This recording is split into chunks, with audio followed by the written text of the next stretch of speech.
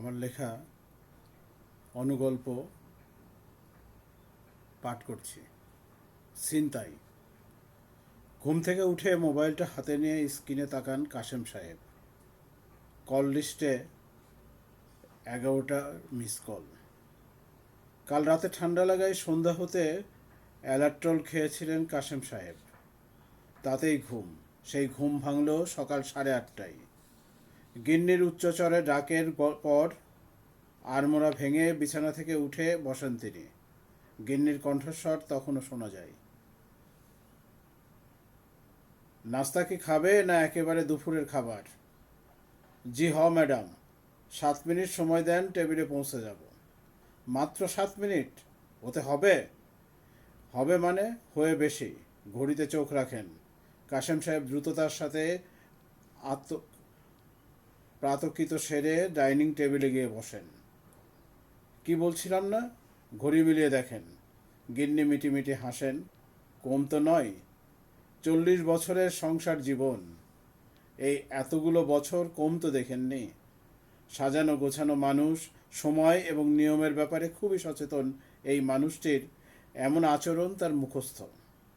আজ অনেক দিন পর স্বামী স্ত্রী একত্রে নাস্তা করছে। ছেলে মেয়ে ঘুমানোর দুজনের কেউই ঘরে নেই। দুজনই ভোরবেলা বেরিয়েছে।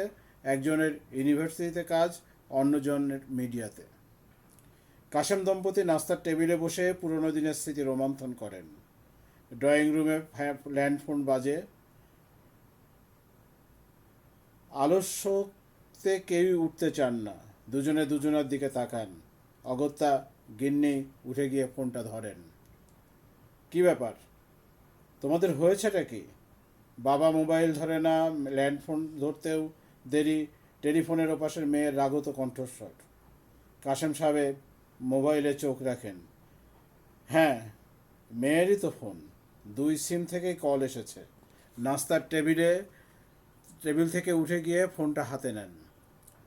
সরি মা, অ্যালার্ট্রলের প্রভাবে ঘুমিয়েছি, টের পাইনি। আবার ঘুম থেকে উঠেই তোর মায়ের হামকি ধামকি। দৌড়ে নাস্তার টেবিলে। কি সমস্যা মা?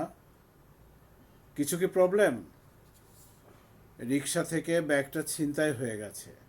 ফোনটাও যেত। ভাগ্যিস ওই সময় ছোটনের সাথে কথা বলছিলাম। হ্যাঁ, হাত থেকে ব্যাগটা নিয়ে হোন্ডায় পগার পার। তোর ব্যাগে তো বেশি টাকা থাকে না। হ্যাঁ থাকে না, তবে আজ ছিল। 800-900 হবে।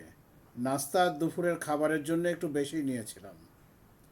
নাস্তা তো হয়নি না? হবে কি করে, টাকা নেই। কারো কাছ থেকে ধার নিতে পারতিস। তুমি তো জানোই এই স্বভাবটা তোমার কাছ থেকেই পেয়েছি। টাকা না থাকলে না খেয়ে থাকবো, কিন্তু ধার করে খাবো না। কাশেম সাহেব হাসেন। মেয়েটা তার একেবারেই ডিটো। আজ অবধি কাশেম সাহেব কোথাও কোনো বাকিতে কেনাকাটা করেননি। ছাত্রজীবনে টাকা না থাকলে কিংবা ওই কোথাও কোনো বাকিতে কেনাকাটা করেননি। ছাত্রজীবনে টাকা না থাকলে কিংবা ভাই টাকা পাঠাতে দেরি করলে সকালের এমন অনেক দিনই কেটেছে নাস্তা না করে। আচ্ছা চিন্তা করিস নে, এখনই তোর মোবাইলে বিকাশ করে ব্যবস্থা নিচ্ছি। একটু বেশি করে পাঠিও। একটা পার্সও কিনতে হবে। ঠিক আছে, পাঠিয়ে দিচ্ছি।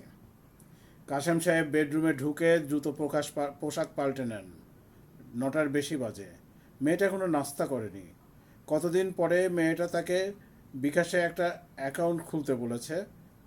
খুলি খুলি করেও খোলা হয়নি। তখন খুললে এখন আর সমস্যা হতো না। সোসাইটির গেটের বাইরে বিকাশের বুথ আছে, সেখানেই ছুটতে হবে এখন। কাশেম সাহেব নিচে নেমে দ্রুত পায়ে হেঁটে চলে আসেন। আজকে তাকে দেখে সিকিউরিটি গার্ড মিলিটারি কায়দায় স্যালুট দিয়ে গেট খুলে দেয়। কাশেম সাহেব দেখে শুনে রাস্তা পার হয়ে বিকাশের বুথে ঢোকেন। বুথের ছেলেটা কাশেম সাহেবকে আগে থেকে চেনে, তাই কাশেম সাহেব দ্রুততম সময়েই কাজটা সম্পূর্ণ করতে পারলেন। স্যার, কেমন আছেন? পেছন থেকে মধ্যবয়সী একজন কাশেম সাহেবকে প্রশ্ন করেন। কাশেম সাহেব ঘুরে দেখেন নীলফামারী সরকারি কলেজের হেড ক্লার্ক শরীফ উদ্দিন।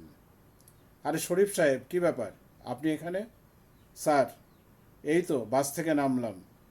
কোথাও যাবেন? হ্যাঁ স্যার, দিগন্ত হাউজিং সোসাইটিতে আমার মেয়ে থাকে। তার ওখানে যাচ্ছি। কলেজ তো বন্ধ, এর মধ্যে ঘর থেকে বের হয়েছেন? না হয়ে কি উপায় আছে বলুন স্যার? কেন, কি হয়েছে? স্যার, জামাইয়ের একটা সমস্যা হয়েছে। গতকাল সন্ধ্যায় হোন্ডা হোন্ডায় অফিস থেকে ফেরার পথে ছিনতাইকারীর কবলে পড়েছে। হোন্ডা টাকা পয়সা মোবাইল তো নিয়েছেই, রক্তাক্ত জখমও করেছে। অনেকগুলো সেলাই লেগেছে স্যার। বলেন কি? এমন সময়ে? তা এখন কোথায়? হাসপাতালে না বাসায়? কয়েকজন পথচারী তাকে এনাম মেডিকেল কলেজ হাসপাতালে পৌঁছে দিয়েছিল। খবর পেয়ে মেয়ে আর নাতি গিয়ে ট্রিটমেন্টের ব্যবস্থা নিয়েছে। হাসপাতালের অনেক বিল। রাতেই মেয়ের ফোন ফোন পেয়ে টাকা পয়সা জোগাড় করে রওনা দিতে দিতে এই এলাম স্যার। পথে অনেক জ্যাম স্যার, তাই দেরি হয়ে গেছে। কি সাংঘাতিক অবস্থা দেখে তো কি সাংঘাতিক অবস্থা! দেশে এখন করোনা দুর্যোগ, তার মধ্যে ছিনতাই। আমার মেয়েটাও সকালে ইউনিভার্সিটিতে যাওয়ার পথে ছিনতাইকারীর কবলে পড়ে টাকা পয়সা খুইয়েছে। ওর তো আর ওর তো তাও অল্পেই গেছে। আপনার জামাইয়ের তো মারাত্মক ক্ষতি হয়েছে। জি স্যার, অনেক দিন পর দেখা হলো, কিন্তু কথা বলতে পারলাম না। সারা রাত জার্নি করেছে স্যার, তাই চলে যাচ্ছি স্যার। পরে কথা বলবো। হ্যাঁ হ্যাঁ হ্যাঁ হ্যাঁ, যান। ফোন করে জানিয়েন কেমন আছে। আমি কিন্তু অপেক্ষায় থাকবো। জি স্যার, নম্বর আছে, জানাবো স্যার। আসি স্যার। শরীফুদ্দিন একটা রিক্সা নিয়ে গন্তব্যস্থলে রওনা দেন। কাশেম সাহেব দেখে শুনে রাস্তা পার হন। গেটের সিকিউরিটি তাকে দেখে আবারও স্যালিড দেয়। হাঁটতে হাঁটতে কাশেম সাহেব চিন্তা করেন, করোনা পরিস্থিতি ক্রমান্বয়ে অস্বাভাবিক হয়ে খারাপের দিকে যাচ্ছে। দেশের শীর্ষস্থানীয় মাইক্রোবায়োলজিস্টদের মতে বাংলাদেশের শতকরা 60% মানুষের করোনা ভাইরাস আক্রান্ত হওয়ার সম্ভাবনা রয়েছে। এর মধ্যে এই ছিনতাইকারীদের দৌরাত্ম্যও বৃদ্ধি পাচ্ছে। মানুষের মনুষ্যত্ব কতটা নিচে নামলে এমন হতে পারে। শরীফ সাহেবের জন্য মনটা খারাপ হয়ে যায়। মাত্র 2 বছরের মতো কাশেম সাহেব নীলফামারী কলেজে ছিলেন। কলেজের ডরমেটরিতে থাকতেন। পাশেই ছিল শরীফ সাহেবের বাসা। তিনি প্রায়শই বাসা থেকে রান্না করা খাবার কাশেম সাহেবের জন্য পাঠাতেন। শরীফ সাহেবের এক মেয়ে এক ছেলে। মেয়েটা বড়, তখন ইন্টারমিডিয়েট পড়তো। মেয়ের বিয়ের খবর কাশেম সাহেব পেয়েছিলেন। শরীফ সাহেবই টেলিফোনে দাওয়াত দিয়েছিলেন। কাশেম সাহেব আফসোস করেন, আহারে মেয়েটা একা একা এই দূরে কত কষ্টই না তার হচ্ছে।